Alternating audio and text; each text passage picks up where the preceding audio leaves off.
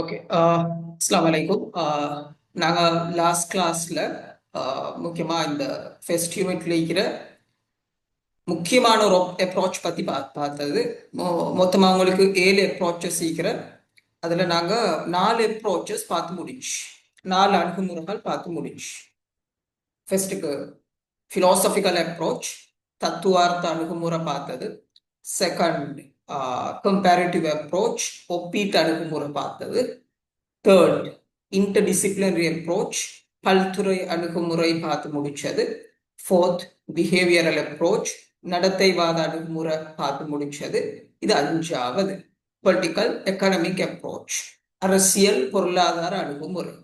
இந்த அணுகுமுறையா இதுக்குள்ளுக்கு நாங்க படிக்கிற, இதுக்கு பிறகு நாங்க தியரியா ஒரு கோட்பாடா அடுத்த செக்ஷன்ஸ்ல படிப்போம். அதுக்கு பிறகு 5th யூனிட்ல 5வது யூனிட்ல பொலிட்டிக்கல் ஐடியாலஜிஸ், அரசியல் கருத்தியல் அப்படின்ற ஃபார்ம்லையும் படிப்போம். ஸோ நாங்க ரிப்பீட்டட்லி இதுக்குள்ள கேட்கிற கம்போனன்ட்ஸ், இதுக்குள்ள கேட்கிற சப்ஸ்டன்ஸ், உள்ளடக்கத்தை நாங்க ரிப்பீட்டட்லி வித்தியாசமான வேர்ஷன்ஸ்ல, வித்தியாசமான விதங்கள்ல படிப்போம். ஸோ பேசிக் ஐடியாவை நாங்க இந்த யூனிட்ல இந்த பொலிட்டிக்கல் எக்கனாமிக் அப்ரோச் மூலமா நாங்க ஃபர்ஸ்ட்க்கு எடுத்துக்கொள்வோம். ஏற்கனவே இருந்த யூனிட்ல இருந்த அப்ரோச்சஸை எங்களுக்கு ஜூம்ல கனெக்ட் பண்ணி பார்த்து கொள்ளையிலாத ஆக்கள் யூடியூப்ல பார்த்து கொள்ளையிலும் நான் அப்லோட் பண்ணிக்கிறேன். ஸோ அந்த விஷயத்தையும் கன்சிடர் பண்ணுவோம். ரைட். பொலிட்டிக்கல் எக்கனாமிக் அப்ரோச், அரசியல் பொருளாதார அணுகுமுறை அப்படின்னா என்னது? உங்களுக்கு இங்க சப்ஹெடிங் பார்த்தா விளங்கும். From capitalist roots to radical critic. Right.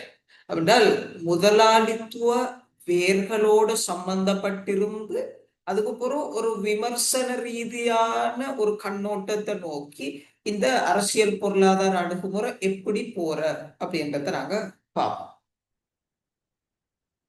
Number the inseparable bond, right? பிரிக்க இயலாத இணை.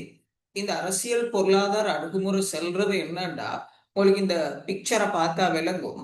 இந்த இந்த வீல்லையும் ஒன்று எக்கனாமிக், அடுத்தது பாலிடிக்ஸ். ரைட். இந்த ரெண்டும் அப்படியே இணைஞ்ச பொன், ரெண்டும் சரியான மட்டும் பின்னி பிணைஞ்சிக்கிறது. ரைட். ஒன்று சுழல போல அந்த சுழற்சியை வச்சு மற்றதும் சுழல். ரைட். அந்த அளவுக்கு ரெண்டுக்கும் இணைப்பு. அந்த ஒன்றுட சுழற்சியில மற்றதுட சுழற்சி தங்கி நிற்கிற, வெரி டிபெண்ட். ரைட். இந்த மாதிரியான ஒரு பார்வையை தான் இந்த அரசியல் பொருளாதார அணுகுமுறை சொல்லும். உங்களுக்கு பேரை பார்த்தாலே விளங்கும், அரசியல் பிளஸ் பொருளாதாரம். அவங்க சொல்ற பொலிட்டிக்ஸை தனியா படிக்கலாம், எக்கனாமிக்ஸை தனியா படிக்கலாம். ரெண்டையும் படிக்க போல ரெண்டையும் சேர்த்தி தான் படிக்க வேணும் அப்படின்றதுதான் இந்த approach key concept. Right. So, the political economic approach asserts that political theory cannot exist without economic context. Right? இந்த அரசியல் பொருளாதார அணுகுமுறை என்ன சொல்லுதுண்டா, இந்த அரசியல் கோட்பாடுகளோ அரசியல் கருத்தியலோ அரசியல் சம்பந்தப்பட்ட எந்த விஷயமோ இந்த எக்கனாமிக் கண்டெக்ஸ்ட விளங்கப்படுத்தாம, இந்த பொருளாதார கட்டமைப்பை, பொருளாதார சூழமைவு, பொருளாதார நிலவரத்தை விளங்கப்படுத்தாம அரசியலை ஒரு நாளும் எங்களுக்கு விளங்கப்படுத்த இயலாது அப்படின்றதான் இந்த அரசியல் பொருளாதார அணுகுமுறை பேசிக்கா அடிப்படையா சொல்றது. Heavily rooted in communist theory and Marxism. இதுல கருத்துக்கள் பேசிக்கா கம்யூனிஸ்ட் கோட்பாடு, அது மாதிரி மார்க்சிச கோட்பாடு அதோட டீப்லி சம்பந்தப்பட்டு தான் நிற்கிறேன். நான் இன்வெஸ்டிகேஷன் உங்களுக்கு இந்த கருத்துக்களை நீங்க போறோம் ஐடியாலஜி கருத்தியல் செக்ஷன்லயும் படிப்பீங்க, தியரி கோட்பாடு செக்ஷன்லயும் படிப்பீங்கன்னு சொல்றேன். அதுக்குள்ளுக்கு மார்க்சிய கோட்பாடு, சோசியலிச கோட்பாடு, மார்க்சிய கருத்தியல், சோசியலிச கருத்தியல், இதுக்குள்ளுக்கு எல்லாம் இந்த ஐடியாஸ் திருப்ப ரிப்பீட்டட்லி வந்து போகும். ரைட். அதான் நான் ஏற்கனவே உங்களுக்கு சொன்ன விஷயம். சோ இவங்க அதைத்தான் திரும்ப சொல்ற, அரசியல் பொருளாதார அணுகுமுறைன்றது மார்க்சிய கோட்பாடோடு மாதிரி கம்யூனிச கோட்பாடோட திரும்ப வரும். நாங்க அதை இன் டீடைல் போறோம், மெதுவா பார்ப்போம். ரைட். ஓகே. சோ இந்த அணுகுமுறை செல்ற பேசிக் இன்சைட், ரைட், எங்களுக்கு செல்லவார பேசிக் கருத்து என்னன்னா, it is heavily attached with the academic factors. அரசியல்ன்றது பொருளாதார காரணிகளோடு இணைஞ்சது, பிரிக்கலாது, டீப்லி ஆழமா சம்பந்தப்பட்டது அப்படின்றத தான் இது சொல்லுது அப்படின்றது. இதுல இருந்து நாங்க ஃபெஸ்ட்டுக்கு எடுக்கிற கீ ஐடியா. இது நாங்க ஃபெஸ்ட்டுக்கு எங்களோட தலையில நல்லா போட்டுக்கொள்வோம். ரைட். 18th century catalyst. 18ஆம் நூற்றாண்டுல ஒரு விஷயம் நடக்குது. அந்த விஷயத்துல காரணியாக வச்சுதான், இல்லாட்டி அந்த விஷயத்தை பேசிக்கா வச்சுதான் இந்த அணுகுமுறை டெவலப் ஆகும். அது என்ன அப்படின்றத நாங்க பார்ப்போம். Number one, the industrial revolution sparked massive social issues. 18ஆம் நூற்றாண்டுல இந்த கைத்தொழில் புரட்சி நடக்குது. இந்த கைத்தொழில் புரட்சியால புதிய சமூக பிரச்சனைகள் நிறைய வர ஆரம்பிக்குது. ரைட். உங்களுக்கு தெரியும் 18ஆம் நூற்றாண்டுல அந்த கைத்தொழில் புரட்சி வாரத்துக்கு முந்தி பிரிட்டன்ல மாதிரி யூரோப்பியன் கண்ட்ரீஸ்ல இருந்த சமூக கட்டமைப்புக்கும் கைத்தொழில் புரட்சி நடந்ததுக்கு பிறகு மாறின கட்டமைப்புக்கும் இடையில பெரிய டிஃபரன்ஸ் இருக்கிறது. அதுக்கு முந்தி பேசிக்கா வந்து எக்ரிகல்ச்சர், விவசாயத்தை பேஸ் பண்ணின சமூக கட்டமைப்பு தான் இருந்தது. விவசாயிகளுக்கு மேல பிரபுக்கள். ரைட். இந்த சமூக கட்டமைப்பு வெரி சிம்பிள். ரைட். இங்க வந்து பெருசா காம்ப்ளெக்சிட்டி இல்லை, சிக்கல் தன்மை இல்லை. ரைட். டெய்லி வேஜஸ் எடுத்துக்கொண்டு அவங்க விவசாயம் செய்வாங்க. விவசாயத்தை அவங்களுக்கு என்ன லாபம் வருதோ அந்த லாபத்தை கொஞ்சத்தை எடுத்துக்கொண்டுட்டு மற்ற பெரும்பாலானதை வந்து பிரபுக்கள் வச்சு கொள்வாங்க. ரைட். இங்க பெரிய அளவுக்கு மொபிலிட்டிகள், சமூக அசைவிகள். ரைட். இது முழுக்க மாறுது இந்த கைத்தொழில் புரட்சியால. புதிய கைத்தொழிற்சாலைகள் உருவாக ஆரம்பிக்குது. அதுல நிறைய லேபரர்ஸ் ஒர்க் பண்ண ஆரம்பிக்கிறார்கள், நிறைய தொழிலாளர்கள் ஒர்க் பண்ண ஆரம்பிக்கிறாங்க. அவங்களோட சம்பளத்துல பெரிய வேறுபாடுகள் வர ஆரம்பிக்குது. முதலாளிமார் பெரிய அளவான வருமானத்தை ஈட்டி கொண்டு சின்ன அளவான வருமானத்தை இந்த லேபரர்ஸ் கொடுக்க ஆரம்பிக்கிறாங்க. இது சமூகத்துல பெரிய அதிர்வலை ஏற்படுத்துது. ரைட். இந்த சமூக அசமத்துவத்தை, இந்த இன்இக்வாலிட்டி பத்தி கேள்வி கேட்க ஆரம்பிக்கிறாங்க. ரைட். இந்த மாதிரியான ஒரு ஒரு கட்டமைப்பு, இந்த மாதிரியான ஒரு சூழமைப்பு, இந்த மாதிரியான ஒரு கண்டெக்ஸ்ட், இதை பேஸ் பண்ணித்தான் இந்த அரசியல் பொருளாதார அணுகுமுறையோட ஆரம்பம் கட்டியெழுப்பப்படுது. The emergence of the private property system, open markets and free entrepreneurship. இந்த கைத்தொழில் புரட்சியோட அதோட சேர்த்தின சந்தை பொருளாதார வளர்ச்சியோட கூடுதலான அளவுக்கு பிரைவேட் ப்ராப்பர்ட்டி சிஸ்டம், இந்த தனியார் சொத்துக்களை கையில வச்சு கொள்ற தன்மை கூட வர ஆரம்பிக்கும். மாதிரி திறந்த சந்தைகள் கூட வர ஆரம்பிக்கும். மாதிரி ஃப்ரீ ஆண்டர்பிரினர்ஷிப் இந்த தனியார் சொத்து குவிப்பு, அது மாதிரி தனியார் வியாபார முன்னெடுப்புகளை செய்யறதுக்கான ஒரு பெரிய அளவுக்கான சோசியல் ஃபீசிபிலிட்டி, ஒரு சமூக உத்தரவாத தன்மை அங்க கிடைக்க ஆரம்பிக்குது. ரைட். அங்க யாருக்கு டேலண்ட் ஈக்குறோ அவங்களுக்கு போயிட்டு அங்க ஃபங்க்ஷனலா ஒர்க் பண்றது, அவங்களோட டேலண்ட்டை பேஸ் பண்ணி சந்தையில அவங்களோட திறமைய வச்சு வியாபாரத்தை வளர்த்து கொள்றது. இதுக்கான ஒரு சமூக உத்தரவாத தன்மை இந்த இண்டஸ்ட்ரியல் ரெவல்யூஷன் காலத்துக்கு பிறகு ஏற்பட ஆரம்பிக்குது. The beginning of the study of production, sales and national income linked to government politics. Right. இந்த காலப்பகுதியில பொருளாதாரத்தோடு சேர்த்து அரசியலை படிக்கணும் அப்படின்ற கான்செப்ட் வளர ஆரம்பிக்குது. அந்த ஆரம்ப காலத்துல இந்த உற்பத்திகள், அது மாதிரி சந்தை முறைகள், அது மாதிரி அந்த சந்தை முறைகள் உற்பத்திகளோடு சேர்த்தின தேசிய வருமானம், இந்த மாதிரியான விஷயத்தோட சேர்த்தின இந்த அரசியல கவர்மெண்டல் பாலிடிக்ஸ், இந்த அரசியல இந்த கவர்மெண்ட் எப்படி பெர்சீவ். ரைட். அப்படின்னா இப்ப புதிய சந்தை முறை வளர ஆரம்பிக்குது, புதிய வியாபார முறைகள் வர ஆரம்பிக்குது, புதிய சந்தை பொருளாதாரத்தோட கூடின மக்களோட வியாபார முன்னெடுப்புகளுக்கான வாய்ப்பு வசதிகள் கூட ஆரம்பிக்குது. சோ இந்த வாய்ப்பு வசதிகள் கூட ஆரம்பிக்கிறது கவர்மெண்ட்ஸ், அரசாங்கங்கள் எப்படி அவங்களோட வருமானம் ஈற்றத்துக்கான வழியாக வந்து பார்க்க ஆரம்பிக்கும். ரைட். இந்த உற்பத்தி, இந்த வருமானம், இந்த சந்தைப்படுத்தல், இதெல்லாம் வந்து அரசியல் நிகழ்ச்சி நிரலுக்குள்ளுக்கோ அரசாங்கங்கள் எப்படி கொண்டு வர ஆரம்பிக்குது, அரசாங்கங்கள் அவங்களோட பொருளாதார முன்னெடுப்புகளை வளர்த்து கொள்றதுக்கு இதை எப்படி யூஸ் பண்ண ஆரம்பிக்கிறார்கள். இந்த மாதிரியான விஷயங்களை பேசிக்கா வச்சு கொண்டுதான் என்ன நடக்க ஆரம்பிக்குதுன்னா இந்த அரசியல் பொருளாதார அணுகுமுறையோட ஆரம்ப வளர்ச்சி இல்லாட்டி ஆரம்ப கற்கை வளர ஆரம்பிக்குது.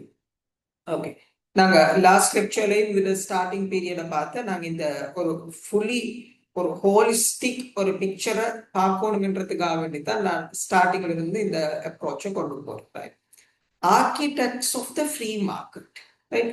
இந்த திறந்த சந்தை பொருளாதாரம் பத்தின இல்லாட்டி நாங்க ஃபர்ஸ்ட் அந்த பேசின கன்செப்ட்ஸ் பத்தின இனிஷியேட்டர்ஸ், இந்த கருத்துக்களை முன்வச்ச முக்கியமான அறிஞர்கள் தான் இந்த அடம் ஸ்மித், டேவிட் ரிகார்டோ, ஜான் ஸ்டூவர்ட் மில், தோமஸ் மேத்யூஸ் மாதிரியான. அடம் ஸ்மித் அவரோட வெல்த் ஆஃப் நேஷன்ஸ், தேசங்களின் செல்வம் அப்படின்ற புக்ல, அது மாதிரி David Ricardo fundamentals of political economics, அரசியல் பொருளாதாரத்திற்கான அடிப்படை, ரைட்? அந்த புக்கை பேஸ் பண்ணி மாதிரி ஜான் ஸ்டூவர்ட் மில், தோமஸ் மேத்யூஸ் அவங்களோட ஆக்கங்கள் மூலமா இந்த கருத்துக்களை முன்வைக்க ஆரம்பிக்கிறது. ஸோ இவங்களோட பேசிக் தியரி என்னன்னா, every person is capable, the state should only secure law and right? எல்லா மனுஷனும் பொருளாதாரத்தை வளர்த்து கொள்றதுக்கு சமமான அளவுக்கு திறமை, சக்தி, அறிவு படைச்சிக்கிற. சோ அவனுக்கு அவன் திறமைய பயன்படுத்தி அவன் டேலண்ட பயன்படுத்தி சந்தையில போய்த்து வியாபாரம் செஞ்சு மாதிரி ஃப்ரீ மார்க்கெட்ல போய்த்து அவன் திறமைய பேஸ் பண்ணி ப்ராஃபிட் ஏர்ன் பண்றதுக்கு பொருளாதாரத்தை வளர்த்து கொள்றதுக்கு வாய்ப்பை கொடுத்துட்டு அரசாங்கம் என்ன செய்யணும்னா ஒதுங்கி நிற்கும், ரைட்? அவங்க பிசினஸ்ல பார்ட்டிசிபேட் பண்ண போகக்கூடாது. அவங்க செய்ய வேண்டிய ஒரே வேலை இந்த பிசினஸ் நடக்க போல இன்னொருத்தருட உரிமையில இன்னொருத்தர் கை வைக்கக்கூடாது, இன்ட்ரூவ் பண்ணக்கூடாது, ரைட்? உள்நுழையக்கூடாது. சோ லோ அண்ட் ஆர்டர், சட்ட ஒழுங்கு நிலைநாட்டும். யார் சரி இதுல வயலேஷன்ஸ் பண்ணாண்டா, அத்துமீறல்கள் பண்ணாண்டா அவங்களை கண்காணிக்கிற வேலையை மட்டும் செய்யணும், அவங்களை தண்டிக்கிற வேலையை மட்டும் செய்யணும். மற்றபடி அவங்க நியூட்ரல், அரசுன்றது நியூட்ரல், நடுநிலை வகிச்சுதான் அவங்களோட செயல்பாட்டை செய்யணும்ன்றதுதான் இவங்களோட முக்கியமான கருத்தா இருந்தது. சோ உங்களுக்கு இப்ப விளங்கும் எப்படின்னா அரசியல் பொருளாதார அணுகுமுறையோட பேசிக் கன்செப்ட்ஸ் இந்த கேபிட்டலிஸ்ட் ஐடியலோடு சேர்த்து அப்படின்னா இந்த முதலாளித்துவ கருத்துக்களோடு சேர்த்து தான் வளருது அப்படின்றது உங்களுக்கு விளங்கும். ஸ்டார்டிங் பீரியட்ல அந்த பேசிக் காம்போனன்ட், அந்த பேசிக் கூற வச்சுதான் அரசியல் பொருளாதார அணுகுமுறை வளருதுன்றது உங்களுக்கு விளங்கும். அந்த கேபிட்டலிஸ்ட் ஐடியல், அந்த முதலாளித்துவ எழுத்துக்கள்ல ஐடியல், அவங்க எப்படி உண்மையில அரசியலும் பொருளாதாரமும் ஒர்க் ஆகணும்ன்றதுக்கு ஒரு ஐடியல் வேர்ஷன் ஒன்று வச்சிருந்தாங்க. அப்படின்னா இப்படிதான் நீக்க வேணும் அப்படின்ட்டு அது என்ன அப்படின்றத பார்ப்போம், ரைட்? அவங்க சொல்றேன்னா நாங்க சொன்ன மாதிரி the role of the state, right? அரசோட ரோல் என்னண்டா, அரசு எப்படி ஈக்கணும்டா zero involvement in personal and economic levels.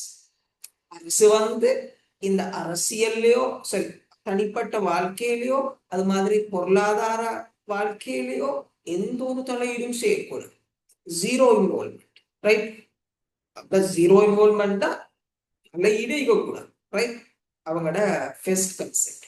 அதுக்கு அவங்க சொன்ன லாஜிக் என்னன்னா, the economy functions best when the state stays away. எப்போ பொருளாதாரம் நல்லா இயங்குவேண்டா இந்த அரசு தலையிடாம இருந்தாங்க. ஏன்னா ஒவ்வொருத்தருக்கு நிறைய இனோவேட்டிவ் ஐடியா செய்யும், புதிய புதிய ஐடியா செய்யும். கவர்மெண்ட் என்ன செய்யும்னா அதை ரெஸ்ட்ரிக்ட் பண்ணும், அதை கட்டுப்படுத்தும், அதை மட்டுப்படுத்தும், அதை வெளியே செய்யக்கூடும், ரைட்? பொருளாதாரம் சுதந்திரமா இயங்குறதுக்கான அந்த வாய்ப்பு வசதி எப்ப அழகா இயங்குமெண்டா மக்கள் பயப்படாம அவங்களோட புதிய ஐடியாஸ் சொல்லலுமா இருக்கணும், அதை செயற்படுத்தலுமா இருக்கணும், அதுக்கான அங்கீகாரத்தை எடுக்கலுமா இருக்கணும், மக்களுக்கு அவங்களோட ஐடியாஸை சொல்லி அதை ஒரு பிசினஸ் ஐடியாவா மாத்தலுமா இருக்கும், ரைட்?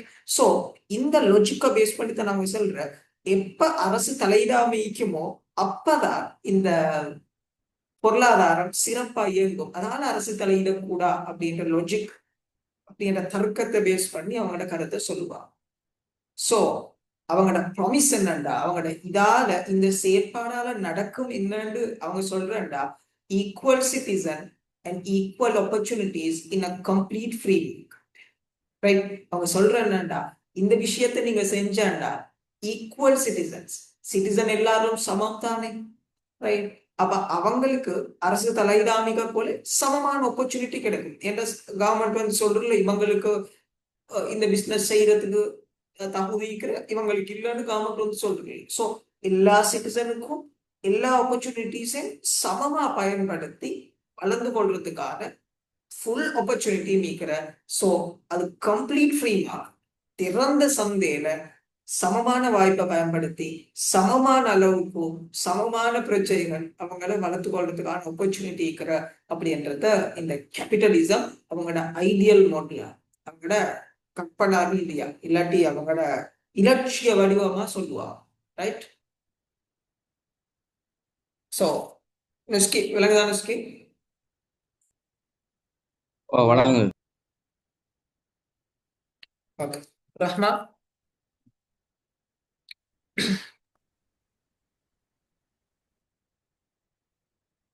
ஓகே.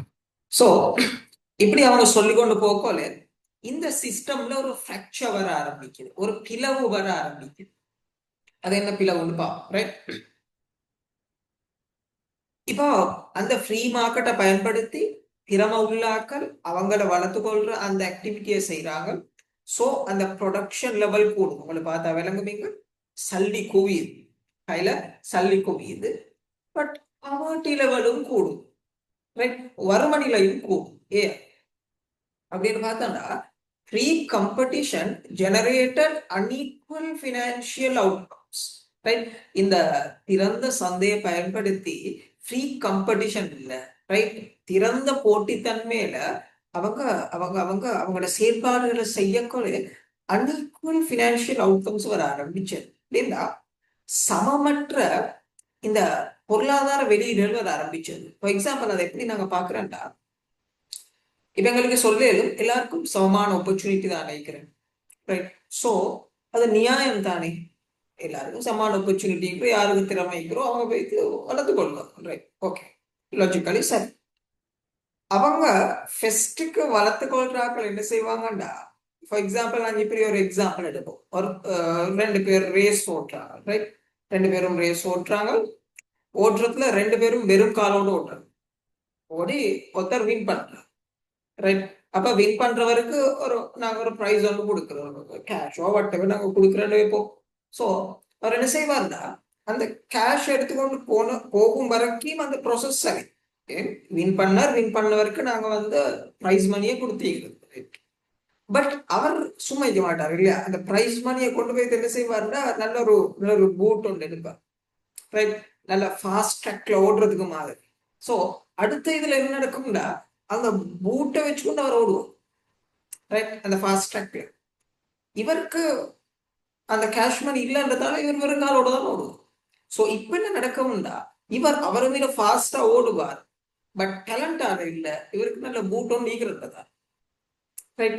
இப்ப இதால என்ன நடக்கும்டா, அன்ஈக்குவல் அவுட்கம் நடந்ததால அந்த அவுட்கம் வச்சு ஒரு குறிப்பிட்ட ஆட்கள் அதை அட்வான்டேஜா வச்சு பொருளாதார முறையில இன்னும் கூடுதலா பொருளாதார வளர்ச்சி அடைஞ்சு கொள்றதுக்கு இது ஒரு காரணமா இருக்கு.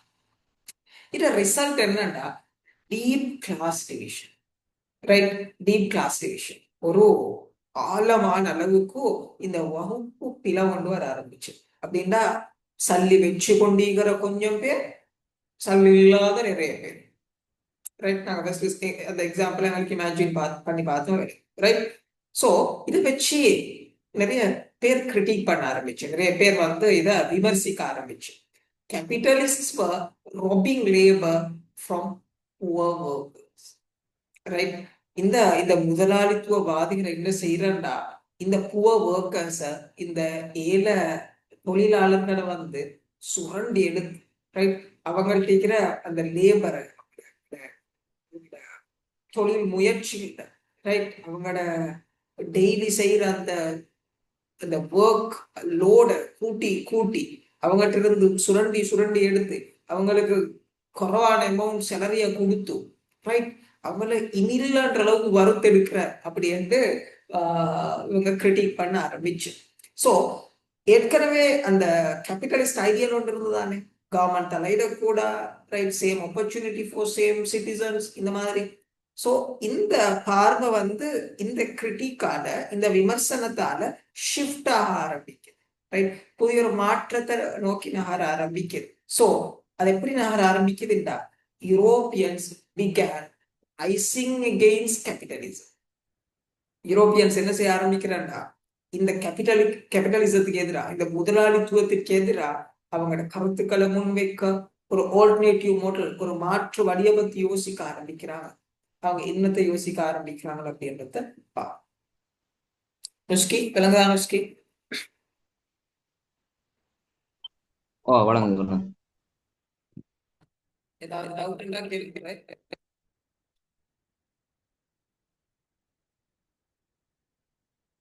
சோ இந்த முக்கியமான ஆள் இந்த மார்க்ஸ் சொல்லுங்க. சோ மார்க்ஸ் என்ன சொல்றாரு? மார்க்ஸ் வந்து பிரைமரி, அவரோட முக்கியமான சவுண்ட் கொஞ்சம் காணாம. சவுண்ட் போதாங்க? கொஞ்சம் பாருங்க. ரஹ்மான் சவுண்ட் போதாங்க? Yeah.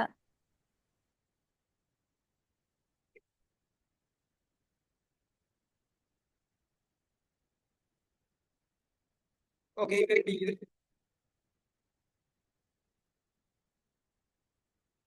இப்ப கிளியர் ஆயிட்டா? கிளியர் ஆயி. சோ மார்க்ஸ் வந்து அவருடைய கீ ஐடியாஸ், அவருடைய கேபிட்டல், அவருடைய மூலதனம் அப்படின்ற புக் பேஸ் பண்ணி தான் முன்வைக்கிறார்.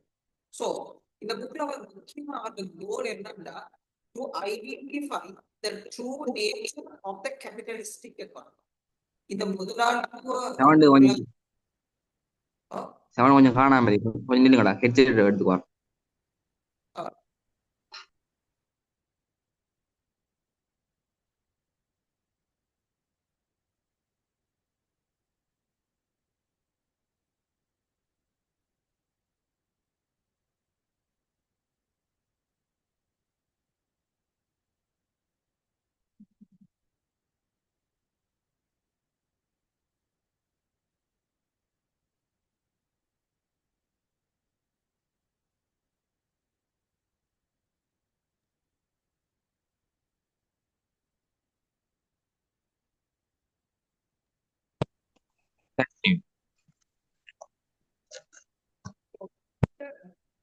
goal என்னன்னா, to identify the true nature of the capitalistic economy.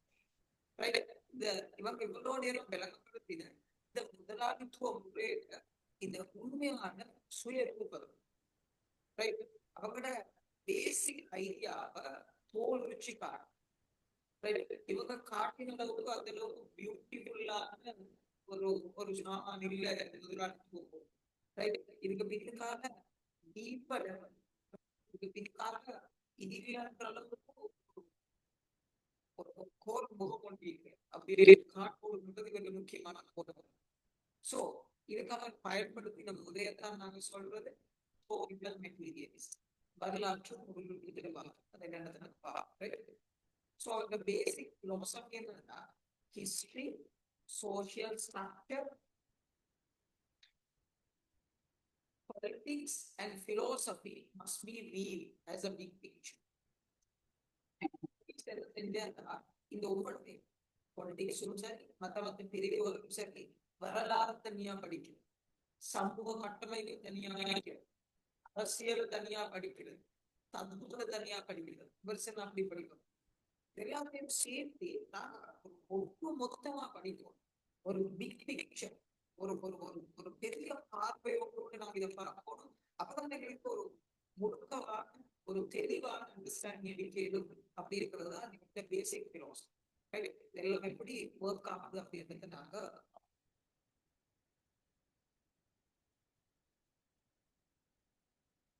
so the basic idea is social formation. அப்படின்னா இந்த ஒன்றை தத்துவ தத்துவத்தையோ வரலாறையோ சமூகத்தையோ தனித்தனியா பார்க்க இதன் எல்லாம் சேர்த்து பார்க்கும் பொழுதுதான் இந்த சோசியல் கோஹேஷன், இந்த சமூக கட்டுமானம் என்று சொல்றது அதை சரியா விலகிக் கொள்ள இயலும் அப்படி என்று சொல்றது. Society cannot be studied in isolated parts. It is a totality. சமூகத்தை தனித்தனியா ஒவ்வொரு பகுதியா பார்க்கலாம். மொத்தமா பார்க்கொள்ளதான் எங்களுக்கு நல்ல அண்டர்ஸ்டாண்டிங் இருக்கு அப்படின்னு சொல்றோம். சோ அந்த சமூக கட்டுமானத்தை அந்த சோசியல் கோஆர்டினேஷன் அவர் முக்கியமா 2 பிரிவுகளாக இருக்கு. ஒன்று the academic basic economic base, also the intermittent structure, right? Intermittent structure. அடுத்தது the superstructure, right? ஒன்று அடித்தள, அடுத்தது மேல. அந்த 2 தளம் என்ன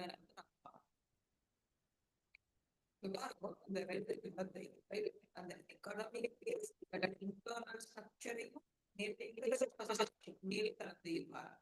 ஒரு பில்டிங் எடுத்து போனாங்க. அந்த பில்டிங் அந்த ஃபவுண்டேஷன் அந்த எகனாமிக் பேஸ் இந்த பொருளாதார ஆனா 7 கேக்குது நீங்க ஹாய்க்குது. எனக்கு என்னையில பிரச்சனை இல்ல, 2 தெரியும் எனக்கு விளங்கு இல்ல. ஐட கேளுங்க, அந்த புள்ளியில கேளுங்க, கிளியரா கேக்கு ஸ்ட்ரக் ஆகுது. Yeah, can't hear anything. Shall we rejoin? Okay.